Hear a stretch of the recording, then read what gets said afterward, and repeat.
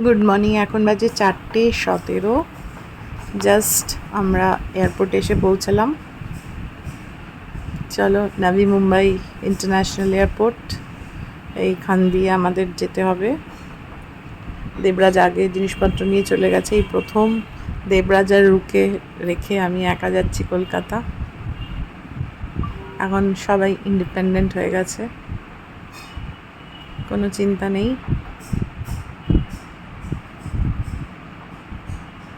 এখন অবধি নাভি মুম্বাই ইন্টারন্যাশনাল এয়ারপোর্টে পার্কিং ফ্রি, তুমি যতক্ষণ ইচ্ছে গাড়ি রাখতে পারো। এখান দিয়ে আমরা ঢুকবো। এই যে এন্ট্রেন্স এরিয়াটা,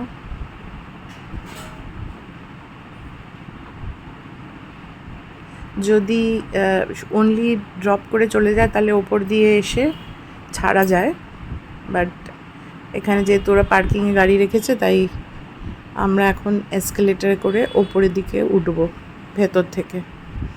সো দেবরাজ আমার লাগেজ নিয়ে আগে আগে যাচ্ছে, আর রুও এসেছে আমাকে ছাড়তে।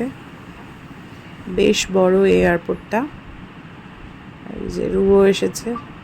রু আধা ঘুমিয়েই আছে, অলমোস্ট কোনো রকমে ঘুমাতেই হাঁটছে।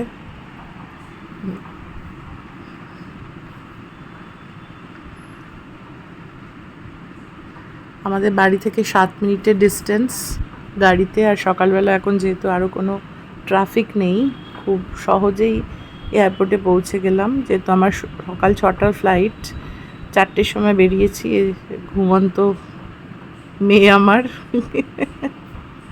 আমরা এই ঠিক এসকেলেটার করে যেই জায়গাটাতে আমরা এলাম, এই জায়গাটা ওপর বাইরে থেকে আমরা চাইলে গাড়িতে করে ডাইরেক্ট আসতে পারি, বাট যেহেতু পার্কিংয়ে গাড়ি রেখেছি তাই আমরা এইভাবে এখানে চলে এলাম। এই যেখানে যেমন অনেকে এই গাড়ি নিয়ে ছেড়ে বেরিয়ে যাচ্ছে।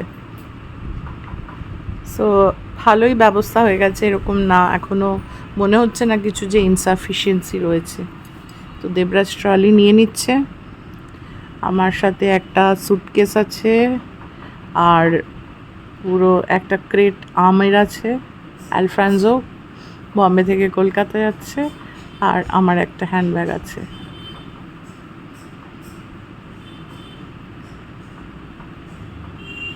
ওরা আমাকে ড্রপ করে দিয়ে চলে গেছে। আর এখানে দেখতে পাচ্ছ যে কত বড় জায়গা।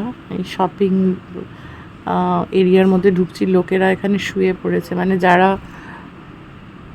দূর থেকে এসছে তারা মানে অনেক আগে চলে এসে রাত্রিবেলা এখানে শুয়েই কাটিয়ে দিল রাতটা। আর তো সকালে ফ্লাইট ধরবে বলে, যেহেতু আমার বাড়ির খুব কাছে, আমি সেজন্য দেবরাজকে বলেছিলাম কোনো অসুবিধা হবে না, তোমরা আমাকে ছেড়ে আবার ঘুমিয়ে পড়তে পারো।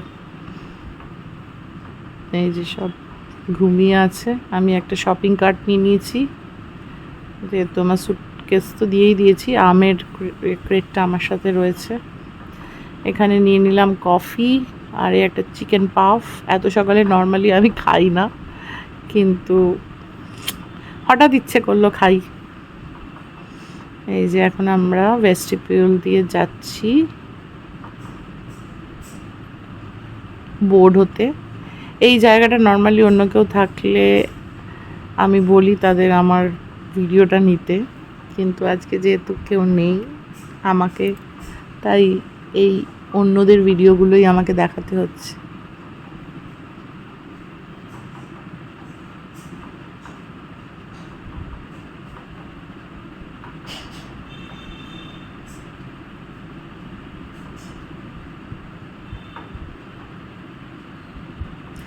একটা ফ্লাইট ছাড়ে তার এগেনস্টে কত রকমের কাজকর্ম, দেখভাল, সুপারভিশন, কত লোক জড়িত থাকে, কত লোকের কর্মসংস্থান, কত সিকিউরিটি মেনটেন করতে হয় সব কিছুতে। এইসব কর্মকাণ্ড দেখলে এগুলোই মনে হয়। ট্যাক্সিং ধীরে ধীরে আমি নাভি মুম্বাই ছেড়ে ওপরে উঠে যাচ্ছি। এই প্রথম আমার নাভি মুম্বাই ইন্টারন্যাশনাল এয়ারপোর্ট থেকে কোথাও যাওয়া, তো বেশ আশেপাশের চেনা জায়গাগুলো দেখতে পাবো এই আশা রেখে উঠে পড়লাম আকাশে। দেখা যাক কি দেখতে পাই আর কি।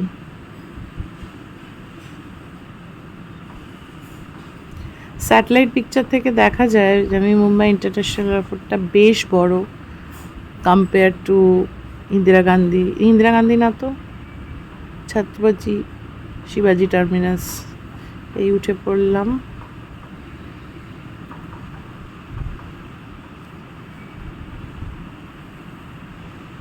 আমাদের নাভি মুম্বাই শহর। এই যে এনএমএমসি অফিস।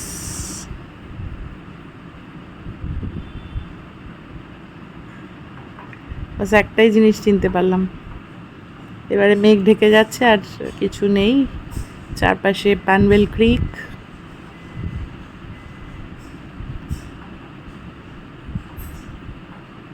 সমুদ্রের ওপর উঠে পড়লাম। ও মাই গড, অটল সেতু, ফ্যান্টাস্টিক লাগছে ওপর থেকে।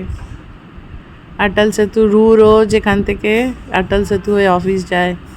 অটল Setu has reduce the distance from Mumbai to Navi Mumbai into 20 minutes only.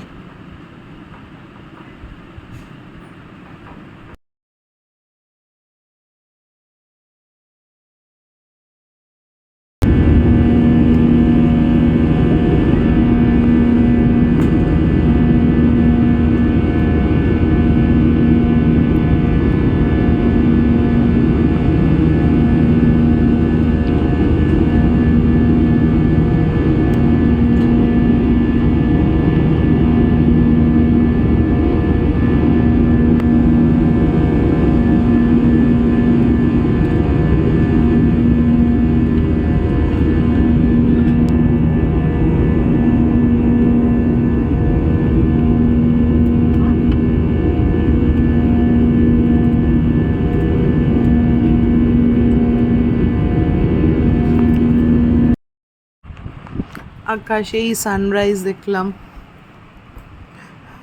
সুন্দর না? হঠাৎ করে দেখি সূর্যের আলোটা চোখে পড়লো। এবারে আমরা নামবো কলকাতা ইন্টারন্যাশনাল এয়ারপোর্টে, নেতাজি সুভাষচন্দ্র বোস ইন্টারন্যাশনাল এয়ারপোর্ট। এ কারণেই আমি এটা দেখাচ্ছি যে তোমরা নিজেরাই কম্পেয়ার করে নিতে পারবে যে আমি ওইখান থেকে যে উঠলাম সেই ভিউটা আর এই যে কলকাতায় আমি নামবো এই ভিউটা দুটোর মধ্যে কত তফাৎ। দ্যাট ইজ যে গ্রিনারিটা তোমরা দেখতে পাচ্ছ এখানে, এই গ্রিনারিটা কিন্তু একমাত্র কলকাতাতে তুমি ট্রেনে এসো, বাসে এসো, কি ওপরে আকাশ দিয়ে এসো, এইটা দেখলেই বোঝা যায় যে আমরা কলকাতায় এসেছি। অনেক বেশি আমাদের ইস্টার্ন এরিয়া এবং নর্থ ইস্টার্ন এরিয়া এই জায়গাগুলো really green compare to the western area. অবশেষে ল্যান্ডিং আমার শহর কলকাতাতে। এখানে আমার জন্মকর্ম, বড় হওয়া, তাই এটাকে আমার শহর বলতে আমার কোনো দ্বিধা নেই। ল্যান্ড করে গেলাম। রান্নাঘরে তৎপরতা বেড়ে গেছে, ভিআইপি এসেছে।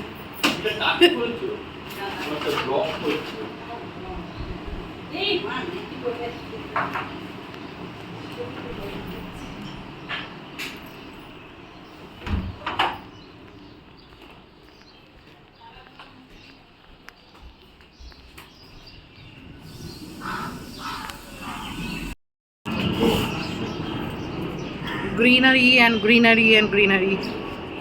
এই যে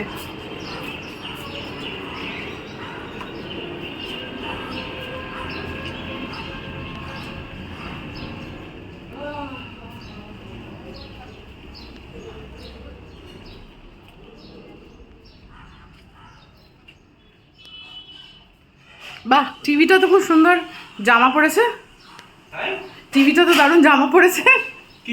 টিভিটা হ্যাঁ দারুণ জামা তো টিভির। বাহ, এই এখন এখানে এরকম চলছে নাকি? এটা তো তুমি দেখে গেছো। না, কোথায় দেখেছি? এটা দারুণ সুন্দর তো। না না, এটার কথা বলছি, এটা তুমি হাত দিলে। না না, টিভি দেখে গেছি আমি, কাভারটা বলছি তো দারুণ। এটা মজার তো বেশ, ঘাগরার মতো। আর এটা তো হচ্ছে সব থেকে দারুণ জায়গা। আর এই যে আমার ড্রাইভার। চলে গেছি, এই এখন রাত্রিবেলা লাঞ্চ হয়ে গেছে, ডিনার হয়ে গেছে। এইরকম ব্লগার হলে চলবে? কিচ্ছু দেখাতে মনে ছিল না। অলমোস্ট এবার শুতে যাব।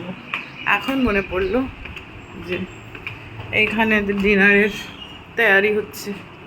এটা কি আলফ্রান্সো কাটা হচ্ছে? তাহলে এটা হিমসাগর, হিমসাগরের ধারে কাছেও লাগে না।